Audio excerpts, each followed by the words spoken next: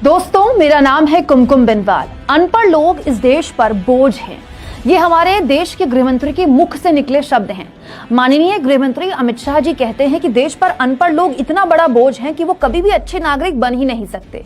गृहमंत्री जी कह रहे हैं कि एक अनपढ़ आदमी देश पर कितना बड़ा बोझ बनता है, ना जो अपने संविधान के दिए हुए अधिकारों को जानता है, ना संविधान ने हमसे जो अपेक्षा करी है वो दायित्व को जानता है। वो कैसे एक अच्छा नागरिक बन सकता है, इसके अंदर अमूलचूल परिवर्तन है। दोस्तों, सुनने में आपको लगेगा गलत क्या कह रहे हैं अमित शाह जी। बिल्कुल, मैं भी मानती हूँ, चाहे समाज कोई भी हो, देश कोई भी हो, हर आदमी पढ़ा लिखा होना चाहिए। लेकिन इतने बड़े पद पर अगर कोई शख्स बैठा है तो क्या उसे अपने समाज की हकीकत का अंदाजा ही नहीं? कोरोना काल में जब आपके हमारे बच्चे ऑनलाइन क्लासेस ले रहे थे, इस देश का 37% यानी कि 37% गरीब के बच्चे गांव में और 19% यानी कि 19% शहर में पूरी तरह से स्कूल से दूर हो गए। जानते हैं क्यों? क्योंकि हर आदमी की इस देश में हैसियत नहीं कि वो वाईफाई लगवाकर अपने बच्चों को मोबाइल या लैपटॉप से पढ़ा ले। इस देश में बच्चों को शिक्षा का अधिकार संविधान देता है।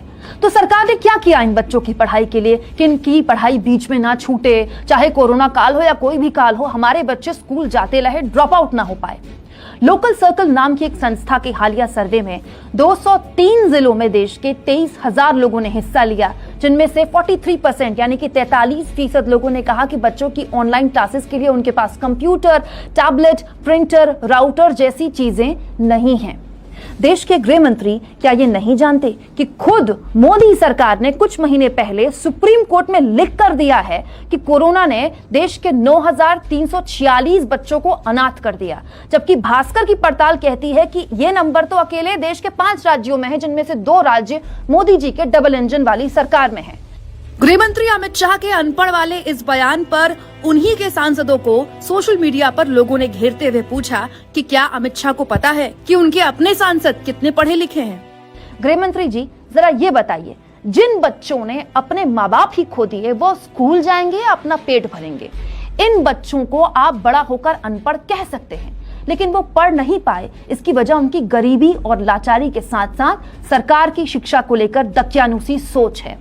गृहमंत्री जी, अनपढ़ लोगों को देश में बोझ मानते हैं ना आप, तो उनकी सरकार यानी कि आपकी सरकार क्यों देश की कुल जीडीपी का केवल 3.1% हिस्सा ही शिक्षा पर खर्च करती है? बढ़ा दे, कम से कम 6% शिक्षा पे तो खर्च होना चाहिए 125 करोड़ के इस देश में। दोस्तों, दिल्ली या केरल जैसे कुछ राज्य छोड़कर कौन से राज्य हैं जहां सरकारी स्कूलों की क्वालिटी पर वाकई खर्च किया गया, ईमानदारी से इस पर ध्यान दिया गया कि सरकारी स्कूल बढ़िया तरीके से चलें, स्कूल में बच्चे बढ़िया तरीके से पढ़ाई करें? खर्च छोड़िए, संस्थागत तरीके से दशकों से इस देश में सरकारी स्कूलों को खत्म कर दिया गया और प्राइवेट स्कूलों की मनमानी पर आज तक कोई भी सरकार लगाम नहीं लगा पाई।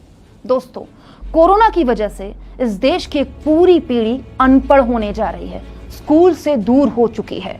सरकार बताए कि इन बच्चों को दोबारा स्कूल भेजने और उनके भविष्य के लिए उसके दावों के अलावा धरातल में उसने किया क्या?